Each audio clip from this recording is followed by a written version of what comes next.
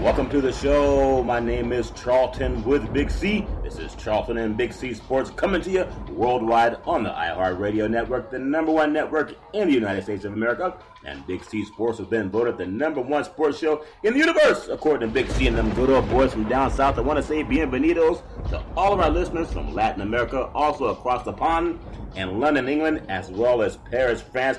And of course, I want to also add Argentina. Thanks for following Big C Sports on iHeartRadio, as well as Australia. Big C, we know we love Canada, but there's no one I love more than all the good old boys down south and the land of the free and the home of the brave. Big C, how's it going for all you good old boys? We're having a wonderful time down here. We're watching the College World Series. We got two SEC teams playing in the championship. Last night we had Florida State go up 1-0 on LSU. You know, just a great rivalry. But both of these teams ended up tied for the division championship. So this is a split-hair series that they're playing in Omaha. But yeah, you know, it has everyone down in the South excited. John. Yeah, a lot of the Gators have done such great work in the business of sports, whether it's football or basketball. And now their baseball program really trying to put the whole University of Florida on the map. And you think about when we talk about college baseball, and obviously there's a lot of good teams all over the country. But for one school, Big C, to chase a national championship in football, they've done that several times for the Florida Gators. Also, basketball, they had some back-to-back national championships back in the day when they had Joakim Noah. And now you're looking at the same type of dominance for their baseball team, and we know their track and field is good too. I just want to say today's segment is sponsored by your Northern California Cadillac dealers, home of the all-new Cadillac Escalade, the standard of the world. And when you go by and test drive yours, tell them that Charlton and Big C sent you. Big C, today is a beautiful June 27th, 2017. How's it going for all the good old boys down there in the world of baseball? How are they so dominant, Big C? Your thoughts? Well, you know, you look at just the athletic paralysis down in the South, Charlton. Florida's such an athletic state. Yeah. Well, with so many talented athletes in every sport, and most of these kids down there, Charlton, are multi-sport athletes. So yeah. They're just not limited to being in one sport. So that diversity really helps develop their overall coordination and, you know, being able to dominate in one particular sport when they decide to go that way. Yeah. But, you know, when you look at baseball, I mean, you look at Florida State, for instance, they won several national championships down there over the decades. Yeah. So, you know, there's been teams in Florida that have risen up and played well. Now Florida is at the top of the heap.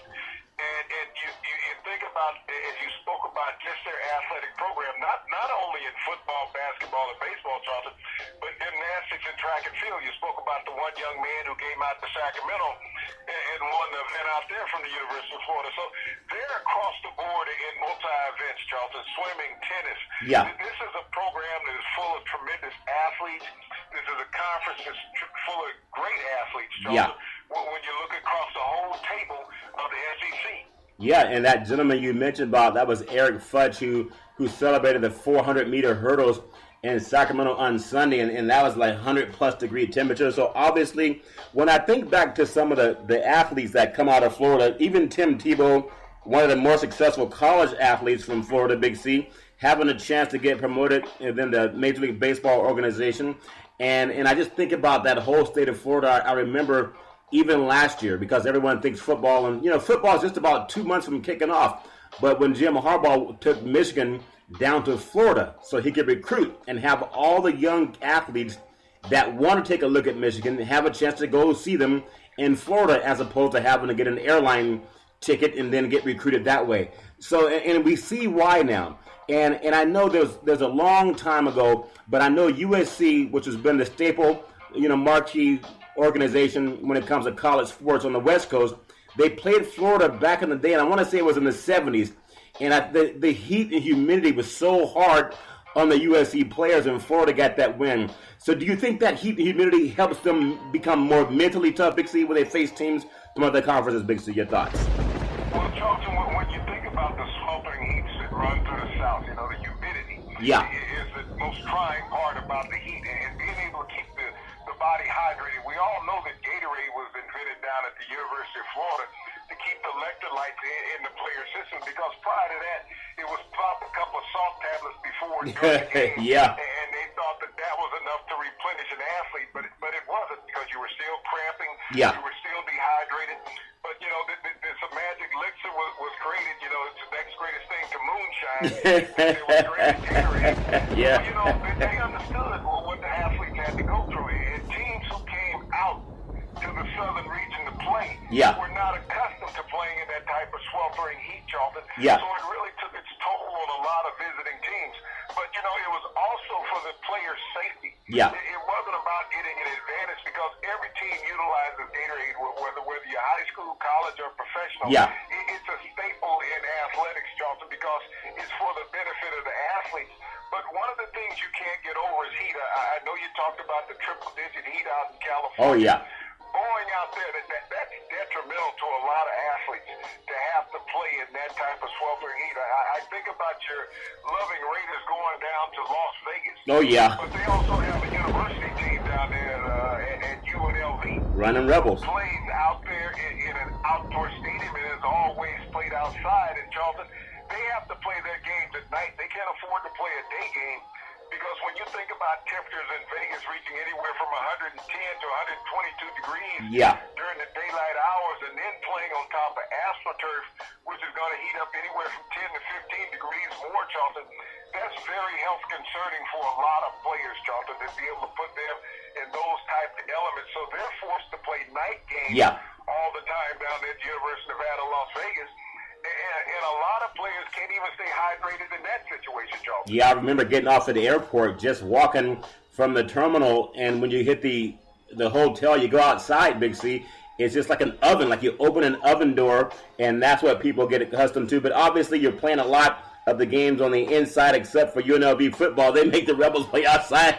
Even when it's nighttime, it can be 100 degrees at 7 o'clock kickoff. So, you know, it's tough. It was tough going. But I just want to bring up something, too, about the state of Florida. When I think about some of the great athletes that come out of Florida, even the Florida high schools, there's a football program in California, one of the most renowned programs in the United States called De La Salle out of Concord, California. They actually went down south and played a school called St. Thomas Aquinas out of Florida, and they lost that game in Florida, and they were saying the humidity was so hard, it's like they're breathing water, because so the good old boys from California, they weren't used to that type of heat and humidity down there, and a lot of the good old boys, they were suffering leg cramps. Even at halftime, it was hard to get out and play. So I want to ask you that question with LSU and Florida. Do you think there's a way, and maybe this is a stupid thing to say, but could the College World Series be in a situation where they would actually consider moving indoor to a dome stadium to give more teams, because Omaha gets pretty hot too, but it gives more teams a chance to compete in a climate that they're accustomed to, Big C? Your thoughts?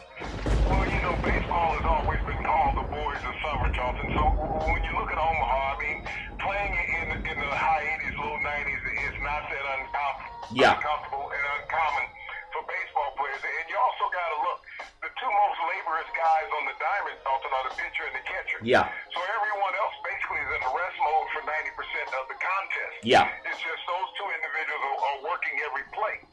So, you know, overall, you know, you can also bring in relief pitchers, and a catcher is really needed in that situation. So I really don't foresee, you know, college baseball moving indoors. They have a beautiful, beautiful facility there in Omaha that was just constructed about 5 years ago. Brand new facility, state of the art. You know, it rivals many major league stadiums, Charlton. And when you look at baseball overall, even on the major league level, it's played outdoors 90% of the time. The few teams that have dome stadiums, Charlton, they really, you know, try to keep them open in the summertime to get that natural atmosphere.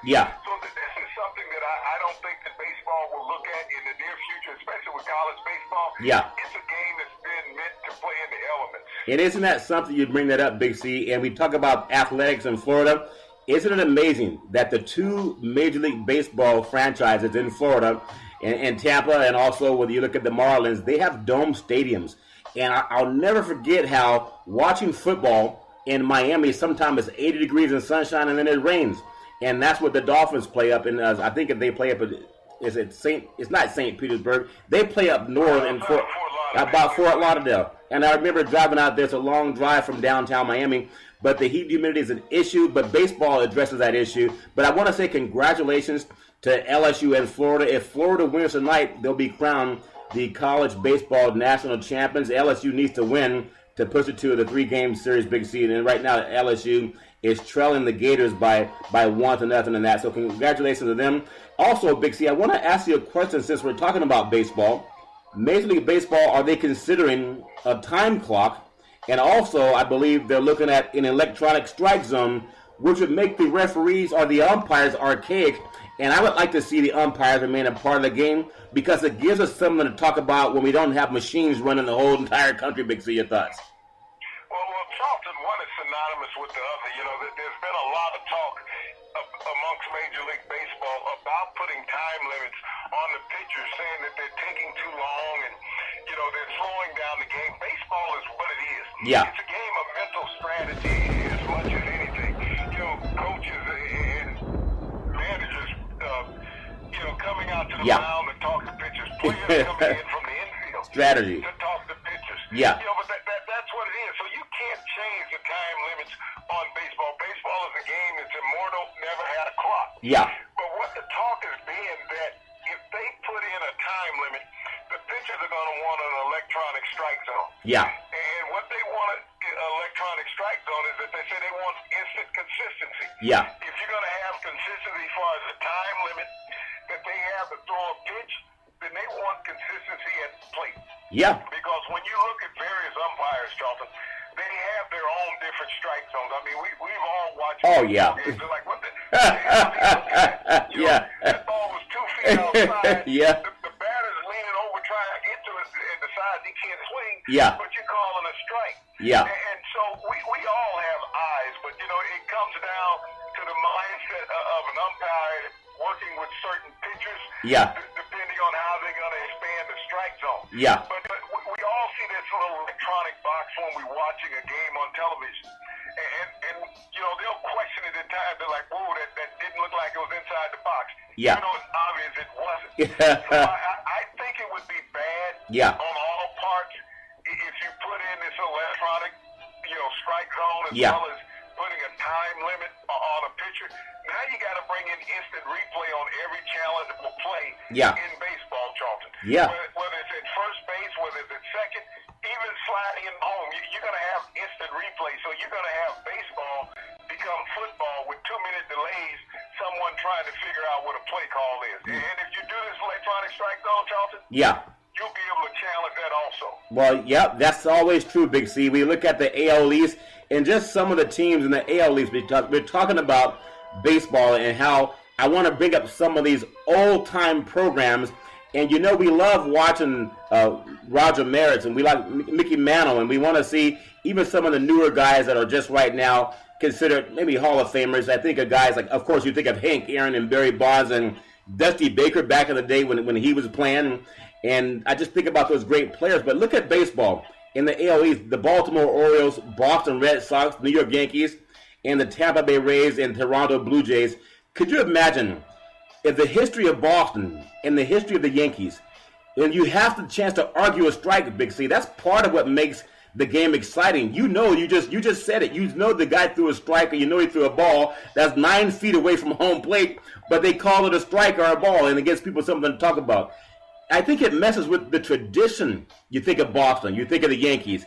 Do you think that those organizations would go for something like that, BC, or is it just some rumor mill going around the country? Your thoughts? Well, Charlton, everything is talking about modernization when you look at it. Yeah. You know, everything that you do in sports alter what the past was. Yeah. Whether it's in basketball where you widen the lane, you know, went from 6 feet to 12. Whether it's in football where you implemented a play clock, a running play clock. You started off at 45, now you're down to 30.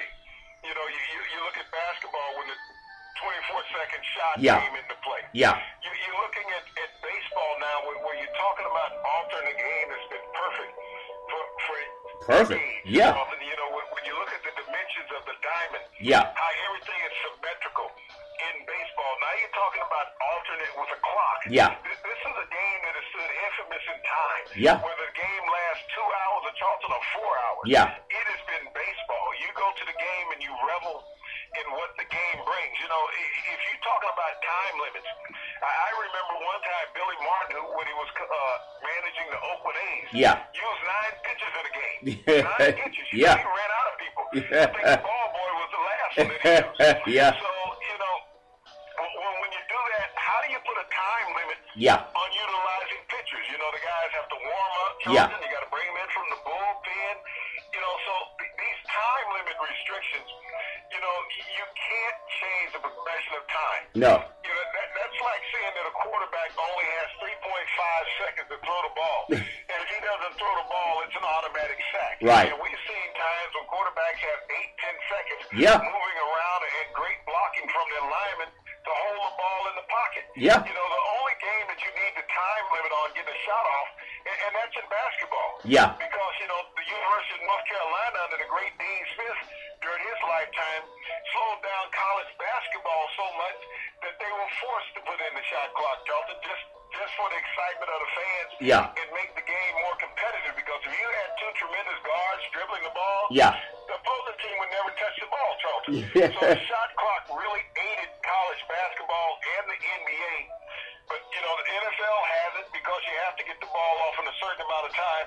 But baseball is something that's been historically without the clock, Charlton, and it'd be the wrong thing to try to implement in this great game that America's always known. Well, speaking of slowing down the clock, I remember Princeton in basketball, they slowed down the clock and they beat UCLA in the tournament, and people were so disappointed that they would not force the tempo, but they did what they had to do to win. I remember the great Boyd Grant down at Fresno State, and they had what's called the Red Wave back in the 80s, and they would slow down the clock too, Big C. They would win a game 48-40, and that's good enough for them. And when they played UNLV, that was a custom with Jerry Tarkanian and the Running Rebels. They were always scoring up into the 80s, sometimes 100 points. When they played Fresno, they might win, but they win 60-57. And so, not the most exciting basketball, but definitely don't need a game clock for everything. Also, I just want to run down some of the standings in the American League East. The Yankees are 41-33. The Boston Red Sox are 42-34, and they're behind the Yankees.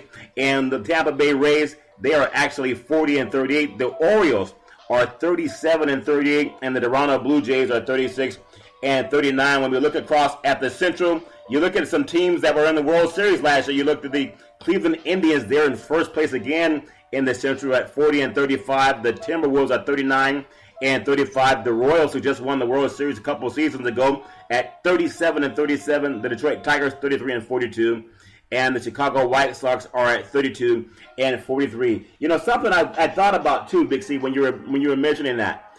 You know, sometimes we have these players, and it goes back to when you stare down a player, or sometimes a pitcher, they have a rhythm.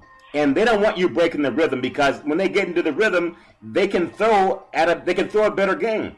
And when you have players that know that, they'll step out of the batter's box. Now, if they have a time clock on this, will it stop players from stepping out of the batter's box to break the pitcher's rhythm? Big C, your thoughts?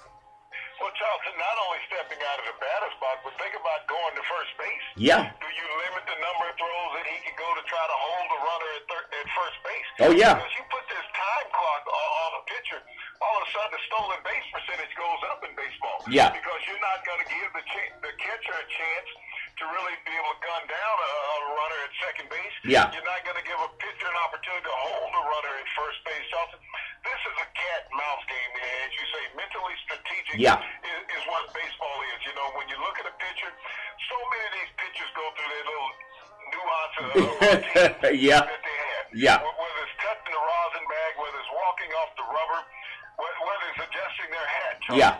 You know, even adjusting their jock. You know, all the very things. Yeah. You know, so Why are they always grabbing a jock? Big C, I want to ask you, why, you know, people may think that's funny. They go, why is this guy always grabbing himself? Have you ever worn a jock? Those things are not very comfortable. There's a reason why they scratch a lot, Big C. Your thoughts? well, it actually has a company for it. Yeah. You don't want to get hit in the groin with baseball. Yeah. You see your life flash in front of you. It's one of those things that leaves you totally incapacitated for several minutes. You just don't recover. I mean, anybody who's seen a boxing match and see a boxer get hit below the belt with a 12-ounce glove, which is huge. Try getting hit with a baseball that's moving at 100 miles an hour coming off the plate. We've seen many catchers and many umpires get hit with these baseballs, and even pitchers. Don't get drilled with these baseballs. So this is something you wear as a protective, precautionary matter.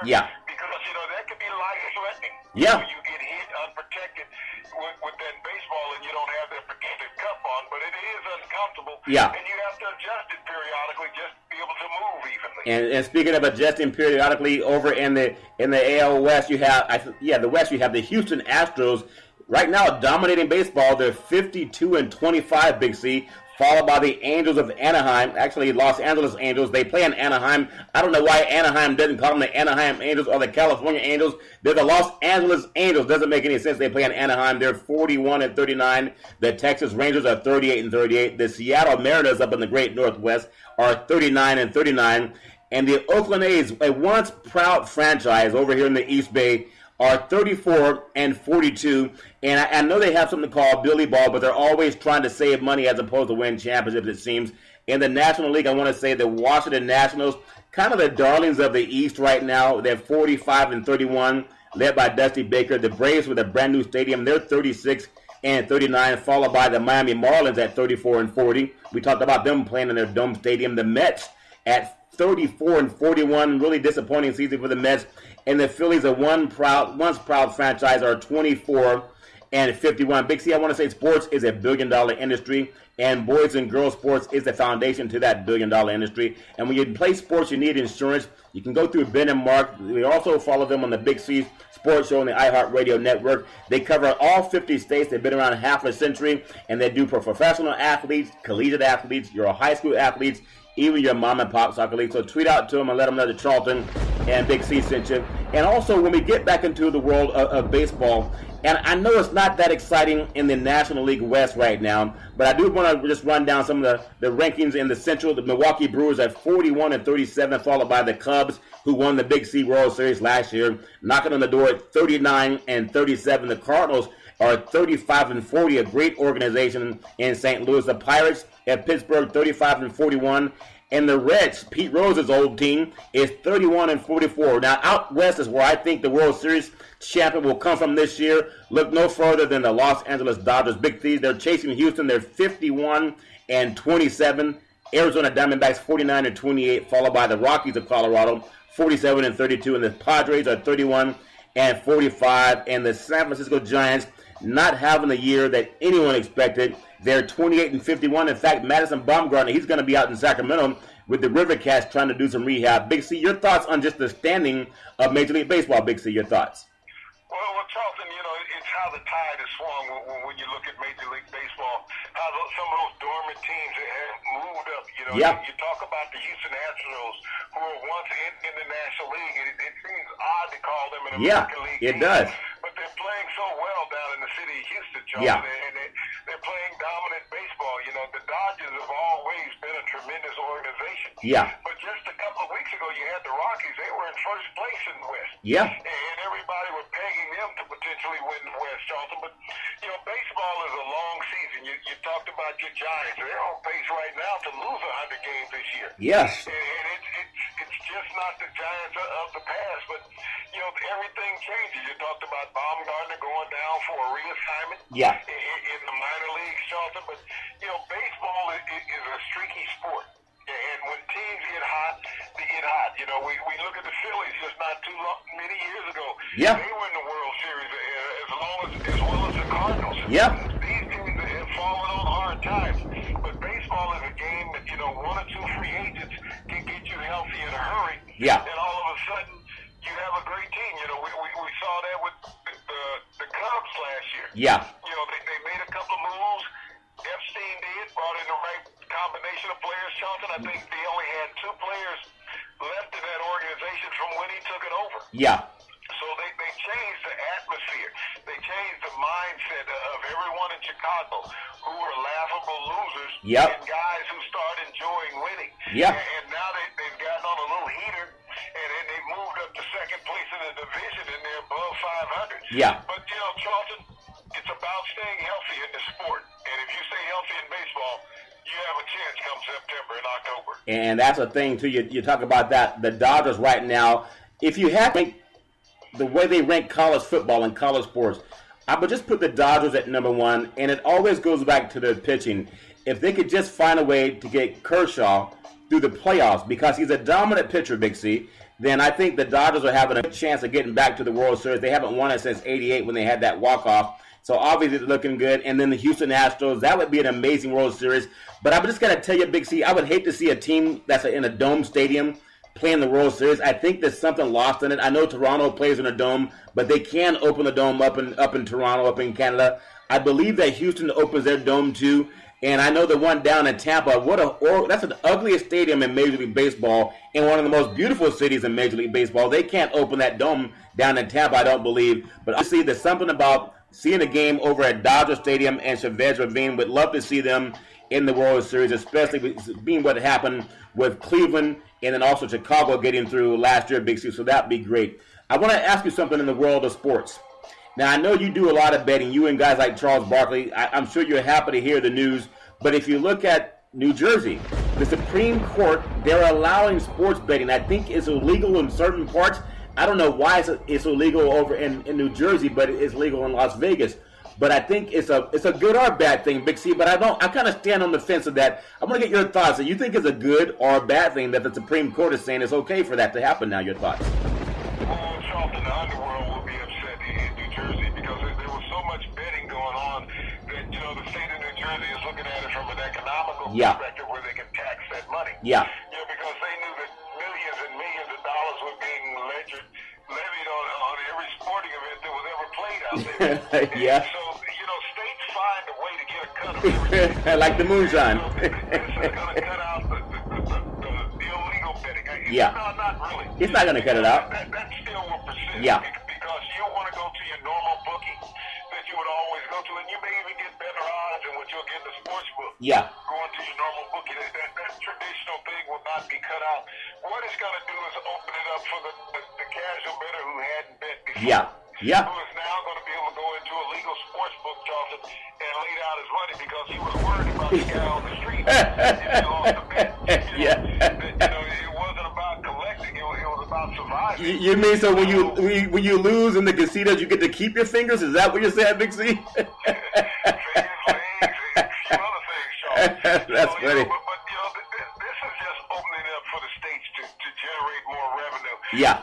States never do anything that's not financially beneficial for them. Yeah. That's how you always got to look at that. If it's financially beneficial for the state, they will look into it. It's almost like, the legalization of marijuana. Yeah. States are trying to figure out how to control it. They're trying to look at, how much tobacco revenue tax do we lose versus creating marijuana revenue tax. Yeah. That's what, even though marijuana pays a much higher revenue on their tax basis than what tobacco does, this is always one of the things they look at. Yeah. Where's the revenue stream coming from? Yeah. That's a very good point, Big C, but it was a funny thought, and I'm sure a lot of good old boys understand what you just said. If they legalize it, you don't have to worry about losing fingers when you lose and can't pay up. It's the guys on the street that you may not have all your fingers to bet the next time, Big C. I want to just think that, hopefully they'll find a way to figure that out. I remember DraftDuel, and there's a few other sports betting sites. People got into that because they actually made a lot of money, and they wanted to make it so that they could have more reasons for people to watch sports. And I do believe, and I don't think I'm wrong in saying this, by allowing the betting world, which is going to do it anyway, by allowing the betting world to have this fantasy football leagues and bet on certain players and their performance, Big C, they bring more revenue to the game. Because if you got your money on the line, don't you want to watch what's going on when you got your money on the line, Big C? Your thoughts? Well, not only that, Charlton, you bring back the TV ratings that everybody's been crying about. That the TV ratings have been down. That this interest that you're going to be glued to the tube someplace. Yeah. Paying attention to where your betting money is. That's always an interesting point when you're looking at sports. All of these tangibles draw together, whether it's the money being played, whether it's watching the event live or on television, Charlton. This is going to drive up the television ratings in some market because people, as you said, have more interest when you got the money going on, and even sports that you may not have watched before.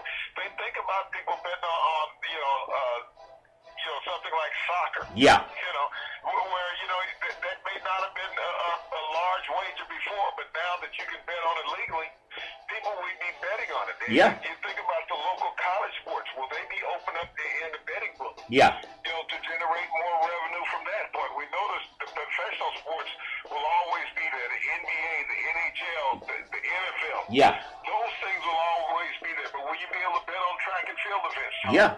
We know that horse racing has always had a sports book there in New York and New Jersey. Yeah. So how much more will it open up, and how many dollars will it bring into those local states as far as revenue generation, Charles? Big C, that's a very good point, and obviously it's something that when the Supreme Courts are paying attention to who can bet and who can't bet, you know it's a big deal, Big C. We're going to finish out talking a little bit about the NFL. I know you've been frothing at the bit, and you look around the AFC East, and I just want to ask you, there's so much talk about Tom Brady. You know, he's going to be turning 40 pretty soon. He's still playing at a high level. I think if you put Brady on the Cleveland Browns, or if you put Brady on another team, let's say the Houston Texans, or you put Brady on a team, say, maybe down there in Jacksonville, he wouldn't be the same Tom Brady. There's something about the system that the Patriots have. But let me ask you your thoughts, and I think there's too much emphasis put on it. What are they going to do about Garoppolo with Brady turning 40, Big C? Your thoughts? Well, Charlton, you hold on to your assets as long as you can. You got to think about how many quarterbacks have been drafted in New England since Tom Brady has taken over the starting position, Charlton. They've held no less than 7-8 draft picks that they've spent on quarterbacks, Charlton, since he's been the backup. Yeah. I mean, the starting quarterback. And they only have two of them left there right now. That's Garoppolo and Brissett. But they draft these guys for reasons, Charlton. Not that they always look at playing them, Charlton. Yeah. But they look at having them as assets. You know, the last time, Brady has lost games over 2 seasons. Yeah. He did that when Casale took over, when we had the knee blowout, almost a decade ago. Yeah. Casale became an all-pro quarterback, got a big money contract. Yeah. With Kansas City. Even though his career didn't pan out much more than 1 season in Kansas City, he still got paid. You look at the starting quarterback for the 49ers this year, Charlton. Yeah. Brian Hoyer. Yeah. He's a protege of New England. So New England has casted a lot of quarterbacks around the NFL. And when you talk about Garoppolo has the best position you could ever ask for. Yeah. Yeah. Don't go out there and be a starter for a bad team. The history has been laid out with so many quarterbacks in the past. Yeah. That have been backups on winning teams. Your best friend, Brock Osweiler. He gets a Super Bowl ring holding a clipboard in Denver. Now he's in Cleveland running for his life and maybe even get cut at the end of the preseason. That's crazy. 2 years he could be removed from the NFL. Yeah. So it's not as bad being a backup quarterback in the NFL as a lot of people want to think. There's guys who have made a career being a backup quarterback. I think about Charlie Batch, who was once a second-round draft pick of the Detroit Lions. Yeah. Who played with the Lions for about 7 years prior to being cut. Went to Pittsburgh. Spent the next 6 years of his career with the Pittsburgh Steelers as a backup quarterback. Charlton got 2 Super Bowl rings out of it. That's not bad. Not a bad gig. No one ever said he challenged Ben Roethlisberger. But Ben missed several games, and Charlie was there to play along with Byron Leftwich. Yeah. So, you think about guys who have been starters in the NFL, who have graciously gone on to that backup role and extended their career, because you got to look at it. A paycheck's a paycheck. Yeah. There's a lot of guys who have played in the NFL that have been starting quarterbacks who are no longer starting quarterbacks and are no longer in the NFL. So if greed is a major factor in your life and playing professional football, I know it's a short window to earn income. Yeah. But it's a long window when you're a backup, Charlton, a real long window. Big C, just a couple of quick questions. In the AFC West, a lot of talk about what's happening in Oakland. Can Marshawn Lynch tilt the balance of power back to the Raiders? Could he give them the explosion that they need to go with their dynamic passing game with Carter, Crabtree, and Cooper? Big C, your thoughts? Well, Charlton, when you look at the Raiders, they did not really lack in the running game. Bringing Marshawn Lynch in was as much of a marketing deal as it was anything else. To expect a running back to be on a team that come in and get you 1,500 yards, that's a stretch anytime, Charlton, with a young, healthy running back. Yeah. And when you look at Marshawn Lynch's best year, that was his best year ever in the pros, getting 1,400 yards. Yeah. So to think that he can duplicate that after being out of the game, he's going to have rust. Yeah. Every running back does. Only Adrian Peterson was able to come back after missing a year and lead the league in rushing. Marshawn Lynch was never that type of running back. Yeah. He's that power burst running back. He will get you Yeah. But he's not going to break it consistently. And when you look at the Raiders' makeup of their offense, it's a pass first, run second offense. Yeah. You don't have all those tools on your offense in the receiving core, and you don't pay your quarterback $25 million to hand the ball off 400 times during the season. Yeah. Just don't do that. Well, I will. Marshawn Lynch is lucky enough to get 250 touches out of the backfield, Johnson. Yeah. He'll have a great year with the Raiders. Well, I think Derek Carr did say if it's 4th and 1 or first and goal from the 1, he's going to hand the ball to Beast Mode. He did say that no matter how much money he has. I want to ask you, Joe Flacco, the AFC North, do the Ravens have a Super Bowl caliber defense? Big C, they've always been a strong defensive team under Harbaugh, but as their time kind of passed because Flacco's getting older, he's not getting younger. Big C, your thoughts? Well, you know, the Ravens have had problems, Charlton, with their receiving core. And that's what they've had, inconsistency. And, you know, when you're led by a 36-year-old wide receiver, Yeah. Smith, that's where you have problems. And he's no longer there, Charlton. So this receiving core has gone to the youth. And so you don't really have that dominant set-apart wide receiver that most teams would have, Charlton. And that offensive line is in a rebuilding mode. Last year, they started 2 rookies on the offensive line. So this is a team that's searching for a running game and a dominant receiver, Charlton.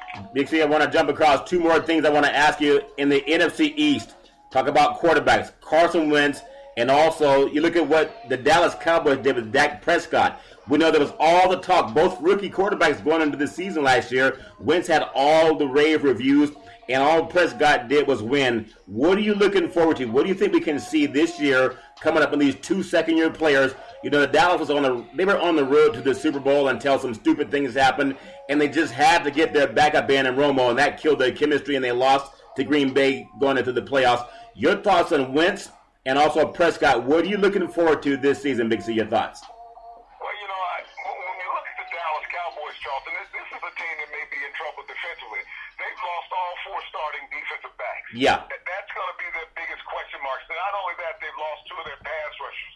So when you talk about a defense that's in disarray, everybody knows the outstanding year that the 2 rookies had last year in Elliott and Prescott. Yeah. But their problems right now on the defensive side of the ball, anybody can score points, but can you stop a team from scoring? And when you're in the AFC East, this is a conference that's known for its quarterbacks. Everybody's throwing the ball. You got Manning throwing the ball. You got Cousins throwing the ball. Dallas is throwing the ball with Prescott. And you're going to look at Wentz in Philadelphia. When you look at Philadelphia, they've really upgraded their passing core, Charlton, their receivers. Yeah. They brought in 3 new receivers this year. So Wentz, you know, has no reason to sit there and say he doesn't have the tools. They've given him all the weapons that you can expect from any quarterback to have, Charlton. Their receiving core has to be just as good as the Giants. So when you look at the Giants' receiving core and you look at Philadelphia's receiving core, not only that, they brought in a big-time running back in the draft. So Philadelphia should be loaded offensively. If Carson Wentz can play as well as he did as a rookie and not have that sophomore jinx, Charlton, Philadelphia will win 9 to 10 games this year. Final question on quarterbacks, Big C. You look at the NFC South down in your neck of the woods. Man, they have $100 million quarterbacks the way you guys have moonshine barrels in the backyard. But I want to ask you, which one gives their team a best chance to win that division? You have Matt Ryan, you have Cam Newton, Drew Brees, Jameis Winston, all in the NFC South. Which one gives you the most promise of maybe getting their team to the NFC Championship game? Big C, your thoughts? Well, you know, Charlton, this is a conference that's built more on defense than what it is offense. You know, the quarterbacks get all the notoriety. The name, because of those big contracts that they have. But, you know, those teams that have dominated because of defense. When you look at what the Falcons did last year getting to the Super Bowl, they did that defensively, Charlton. They held New England in check for the first 40 minutes of that Super Bowl game last year. You know, just all of a sudden their offense let them down. When you think about when Carolina was 15-1 2 seasons ago, that defense was all out all the time. You know, 2 great linebackers led by Kuechly and Davis. So that was a team that got the job done on that side of the ball. But I really like what Tampa Bay has done in this past offseason. They're just like Philadelphia, where they've upgraded their receiving core. And when you added Deshaun Jackson, the deep threat. And you know, the tight end from Alabama Yeah. as your first-round draft pick. Yeah. Johnson. And if you get Doug Martin back at running back, you're going to be an okay team. We've seen the constant maturation of Jameis Winston at quarterback. So this is a conference that's led by quarterbacks, by committee. And so that quarterback that gets hot and keeps that hot hand. Yeah. Cam Newton just started throwing a couple days ago. Yeah. So he should be ready come the regular season. I don't think he'll get much work in the preseason. Right. Because we know what he can do. It's just a matter of having him with a healthy receiving core, and if Kelvin Benjamin can return to his rookie form, Charlton, Yeah. it's going to be a real tight race in that NFC South. Big C, NFC North, your thoughts on Trubisky? He can't even believe he was drafted number one by the Bears. That's a bad, when you call your number one draft pick, and he said, me? Are they sure they got it right? Your thoughts on the Bears and your thoughts on that NFC North? I know the Vikings, they looked good for a while last year. The Packers are always going to look at the Packers. Your thoughts on the NFC North, Big C? Well, Charlton, as the Chicago Bears, can you be any more confused at quarterback position? Yeah. Can you sign a guy to a 3-year deal for $48 million who hasn't played football in 2 years? So Yeah. been sitting on the bench in Tampa Bay. He comes and started. Then you go out and you draft a guy who's only played 14 college games Yeah. with the number 2 overall pick. So you're really not looking at talent if you're the Chicago Bears. Even as a fan, Yeah. you set yourself up for disappointment right off the bat. Yeah. Because you know that you don't have a competitive quarterback in your training camp. Yeah. The Minnesota Vikings, they brought in Sam Bradford last year. He went 5-0 as a starter at the start of the season, but Sam Bradford looked in the mirror and said, wow, I'm not used to winning this big game. Yeah, Okay? that's funny. And he went on to proceed to lose, I believe, the 7 of the next 8 Yeah. games at the quarterback of the Vikings. Yeah. So, this is a team that goes by what Sam Bradford can do. They drafted Dalvin Cook, the speedy running back out of Florida State, to replace Adrian Peterson, Charlton. Yeah. But this is a conference that's led by the Green Bay Packers. Aaron Rodgers, we look at the run that they had last year at Green Bay where they made the NFC Championship game. And this was a team that was riddled by injuries, Charlton. Their receiving core was decimated. They had a running back playing as a wide receiver Yeah. playing as a running back in Ty Montgomery. Yeah. But they signed Martellus Bennett, so now they have an all-pro Super Bowl winning tight end. Yeah. To help their receiving core out. Jordy Nelson, hopefully he'll be healthy and back to form when they come to training camp. And even Adams, if Adams can step up back to his form from Fresno State that made him a number 2, Oh, yeah. second-round draft pick. Yeah. Aaron Rodgers is going to be Aaron Rodgers. Now that he has a healthy set of weapons around him, Charlton, Yeah. this is a team that can make waves and stay on top of the NFC North. Last question about the NFL, Big C. The NFC West, the 49ers trying to rebuild. The Seattle Seahawks, it seems like they don't rebuild, they just reload. Arizona, a very good program, but something's always missing. Maybe it's Palmer's broken finger, Big C. But they had the number 1 pick last year in the NFL draft, Goff, who still could have benefited from lifting weights and eating a couple more bowls of Wheaties, Big C. And then obviously the 49ers. Just give me your rundown, your thought on what you're expecting to see this year in the NFC West, Big C. Your thoughts. Well, I'm looking for the Rams and the 49ers to challenge for last place in the division, Johnson. Yeah. Honestly, that's what I'm looking for. Yeah. Seattle is a clear-cut dominant team in the AFC West. Yeah. I mean, you got a healthy Russell Wilson. You got to realize the first 5 games of the season last year, he was on a gimpy knee. Yep. Now, he comes back, and he's healthy, Charlton. And also with Seattle, they played 2 rookie linemen last year, Charlton. One of them was undrafted, a former college basketball player. So this is a team now that has some experience. I think Jimmy Graham has realized that he might as well learn how to play tight end. Yeah. And be an asset to the team. Doug Baldwin has just elevated himself to one of the top receivers yeah. in the game. He's a stud. The defense has stayed intact. Even with all the controversy, I think what the controversy was about, Charlton, was that Seattle wasn't getting the notoriety. Yeah. After the success that they've had this decade. Yeah. Being in the NFC Championship games, dominating their division. Yeah. No one really respects the Seattle Seahawks. So to keep the media buzz, they created some internal, controversy. All those players are still there. Still a great organization. This is a team that will dominate the West. And you look at Arizona. This is a team that can't find their path. Yeah. This is basically you look at the two leading offensive players, in Fitzgerald and Palmer, yeah, they're at that point in the career that, they got 1-2 years best. Johnson's a tremendous running oh, he's a stud. Leading the league in all-purpose yards in the NFC. Yeah. But that defense has just not found the consistency with all those high draft picks that they have on defense. I mean, they're low on 1s and 2s on defense. Yeah. But they just have not been able to play together to be able to stop teams in critical times, Shelton. So this is Seattle's division to lose. Well, that's a very good point. Big C, I love when you get rolling talking about the football, and I know it's in our blood, and we love it. We love all sports, but that's really the king of the mountain. But I want to say today we talked about what's happening in the world of the College Baseball World Series. Even the Supreme Court justice, they're deciding who can bet New Jersey or not. Big C talked a lot about the SEC dominance in sports. Also ran around with the NFL and what's going to happen in NFL and, of course, Major League Baseball in the swing of things. Big C, what are you looking forward to going into this weekend, Big C? Your thoughts? Well, Charlton, everybody is all, hinged on who's going to win the College World Series. Will it end tonight or will it end tomorrow night?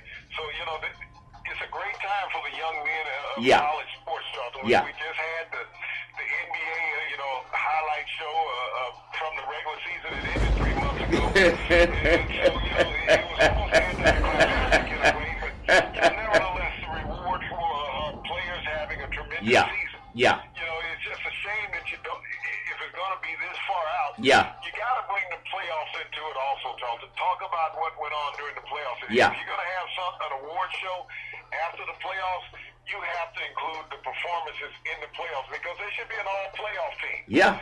Is what I'm looking at. If you're going to have a award show this late, then let's have an all-playoff team. Put that together. That makes sense. They deserve something for the performances that they put on, Charlton, for the national viewing audience. And I'm just looking forward to a great rest of the week.